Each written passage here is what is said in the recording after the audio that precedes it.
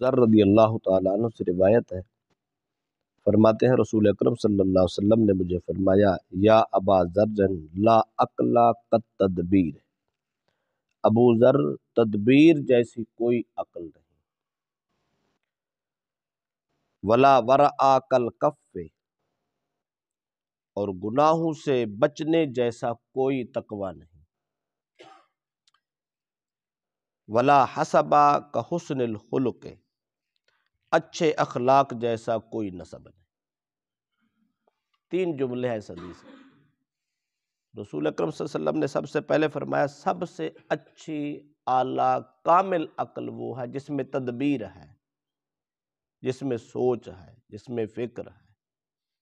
تدبیر کا مطلب ہوتا ہے کہ اگر کوئی کام کریں تو اس کو سوچ سمجھ کر کریں، محض دنیا کے لیے نہیں بلکہ اسلامی طور طریقے پہ کریں۔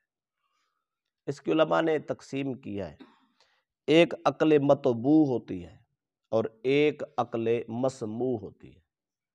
عقل مطبوع کا مطلب ہوتا ہے انسان کی فطری عقل جو اللہ کی طرف سے عطا ہو جائے۔ جب آدمی اس فطری عقل سے سوچتا ہے تو وہ دنیا کے معاملات سوچتا ہے، دنیا کو کس طرح ہینڈل کرنا ہے، کس طرح نفع کمانا ہے، کس طرح رزق کمانا ہے، کس طرح معاملات کرنے ہیں۔ یہ عقل مطبوع فطری عقل جو اللہ کی طرف سے انسان کی طبیعت میں اس کے جسم میں رکھ دی جاتی ہے، اس سے انسان جب بھی سوچتا ہے تو وہ صرف دنیا ہی سوچتا ہے۔ اور ایک عقل مسموع ہوتی ہے، عقل مسموع وہ ہوتی ہے جو رسول اللہ صلی اللہ علیہ وسلم کی تعلیم سے آتی ہے۔ اگر یہ دونوں مل جائیں، فطری عقل بھی مل جائے اور رسول اللہ صلی اللہ علیہ وسلم کی تعلیمات والی عقل بھی مل جائے، دونوں سوچیں جب آپس میں ملتی ہیں تو یہ عقل کامل ہوتا ہے۔ اس کو کہتے ہیں تدبیر والی عقل، سوچی سمجھی عقل، باشعور عقل۔ وہ جب بھی کسی چیز کو دیکھتی ہے تو دین کی نظر سے دیکھتی ہے، جب بھی وہ سوچتی ہے تو اسلامی نظریہ سے سوچتی ہے، جب بھی دیکھتی ہے تو حدیث رسول کے تحت دیکھتی ہے۔ کوئی بھی کام وہ عقل کرنے کے لیے فکر کرتی ہے تو اس میں پس پردہ یا حکم خدا ہوتا ہے یا حکم رسول ہوتا ہے۔ دنیا کا کام جو بھی کرنا ہے مذہبی انداز میں کرنا، اس لیے کرنا ہے کام دنیا کا ہے لیکن رضا خدا کی ہے۔ مثلا آدمی روزگار کا سلسلہ بناتا ہے، کاروبار بناتا ہے، دکانداری بناتا ہے یا مال مویشی بناتا ہے، کوئی کام کرتا ہے وہ اس لیے کرتا ہے کہ یہ رزق حلال ہے۔ رزق حلال کمانا عین عبادت ہے۔ میں بچوں کے لیے روزگار بھی بناؤں گا، عبادت خدا بھی کروں گا۔ پھر اس میں تدبیر کرتا ہے، میں ایسا کاروبار کروں جس میں حرام شامل نہ ہو۔ جب یہ پوائنٹ اس میں عقل میں آ جاتا ہے، اس کے منصوبے میں آ جاتا ہے تو یہ ساری سوچ اس کی عبادت بن جاتی ہے۔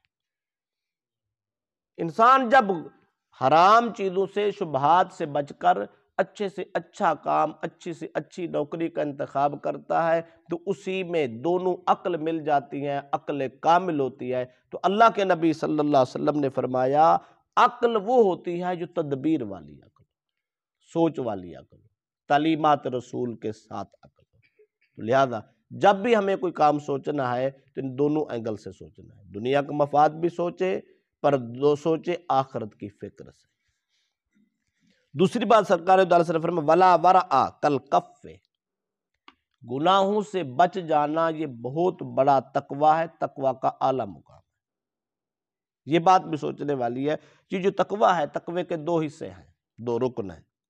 تقوی کا ایک رکن ہے نیکی کرنا، سچ بولیں، سچ کا ساتھ دیں اور حلال کھائیں، حلال کمائیں۔ اسی طرح نماز پڑھیں، روزہ رکھیں، زکوٰۃ دیں، حج کریں، تسبیح کریں، فکر کریں، ذکر کریں، یہ ساری رات سارا دن اپنا اچھے انداز سے گزاریں، یہ عبادت ہے۔ ایک تقوی کا رخ ہے گناہوں سے بچیں، جھوٹ سے بچیں، ظلم سے بچیں، زیادتی سے بچیں، غیبت سے بچیں، شکوے سے بچیں، غلط پروپیگنڈے سے بچیں، غلط منصوبہ بندی سے بچیں، کسی کے نقصان کرنے سے بچیں، چھوٹے یا بڑے ہر قسم کے گناہ سے بچیں۔ نیکی کرنا بھی تقوی ہے اور گناہوں سے بچنا بھی تقوی ہے۔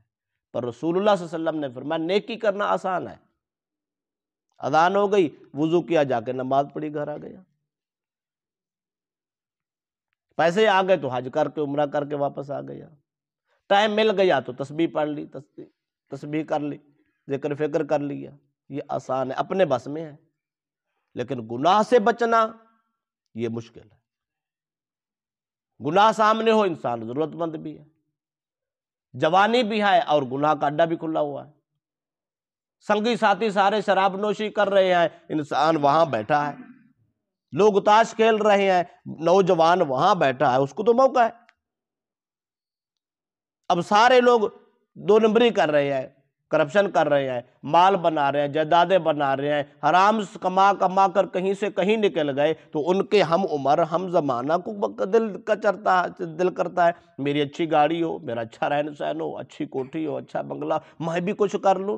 تو ایسے ماحول میں گناہوں سے بچنا، رسول اللہ صلی اللہ علیہ وسلم نے فرمایا یہ سب سے اعلیٰ تقویٰ ہے۔ نیکی کرنا بھی تقویٰ ہے، پر وہ چھوٹا تقویٰ ہے، اعلیٰ افضل تقویٰ یہ ہے گناہوں سے بچنا۔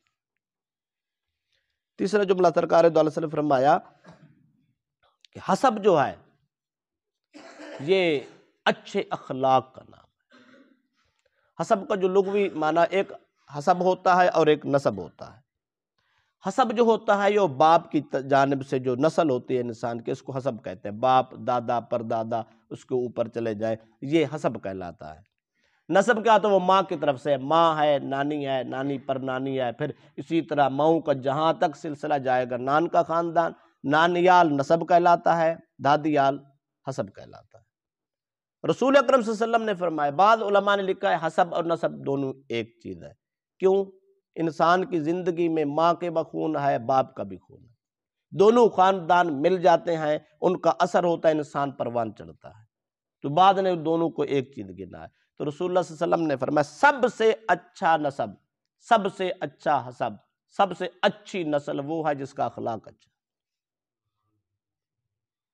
اس کا مطلب ہے اگر میں نے اپنی نسل کو اچھا کرنا ہے، میں اگر حسب کا حصے میں ہوں تو مجھے اپنا اخلاق اچھا کرنا ہے، میری بیوی کو اچھا اخلاق اچھا کرنا ہے، چونکہ ہم سے جو نسل پروان چڑھے گی، ہمارا اخلاق اچھا ہوگا تو نسل کا اخلاق اچھا ہوگا، اخلاق اچھا ہوا تو حسب اعلیٰ ہے، اگر اخلاق برا ہے تو نسل اور حسب بھی برا ہے۔ تو ہم سب نے پہلے تو دیکھنا ہے کہ ہمارا حسب اچھا ہے یا برا ہے، ہمارے اخلاقیات کیسے ہیں، اس کو غور کرنا ہے، اس کے بعد ہم نے پھر اس کو اچھا کرنے کی کوشش کرنی ہے۔ اگر کہیں خامی ہے، کمی ہے، بد اخلاقی ہے، بد سلوکی ہے اور بد اعمالی ہے تو ہم نے اس کو خود درست کرنا ہے۔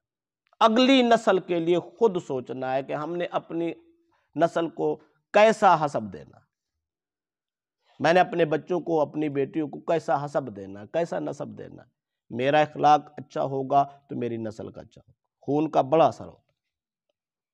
آپ دیکھ لو بچوں میں 90% باپ اور ماں کی، نانیال اور دادیال کی عادتیں موجود ہوتی ہیں، گفتار ایسی ہوتی ہے، رفتار ایسی ہوتی ہے، اٹھنے بیٹھنے کے معاملات ایسے ہوتے ہیں، اور اس کے کام کاج میں بھی معاملات ایسے ہوتے ہیں، اکثر ایسے ہیں، الا قلیل کہیں کہیں تھوڑا زیادہ ہو جاتا ہے، ورنہ اصل ایسا جس کے نسل شریف ہو آگے اولاد شریف ہو، اگر وہ لڑاکے ہوں تو نسل بھی لڑاکے، تو اس کا بہت بڑا اثر ہوتا ہے۔ لہذا ہمیں اپنا حسب خود اچھا کرنا ہے، اپنی نسل خود اچھی کرنی ہے، ہم نے اپنے اخلاق سنوارنے ہیں، تو انشاءاللہ ہمارے خون سے جب آگے نئی نسل پیدا ہوگی تو اس کے اخلاق بھی اچھے ہوں۔ اللہ پاک ہم سب کو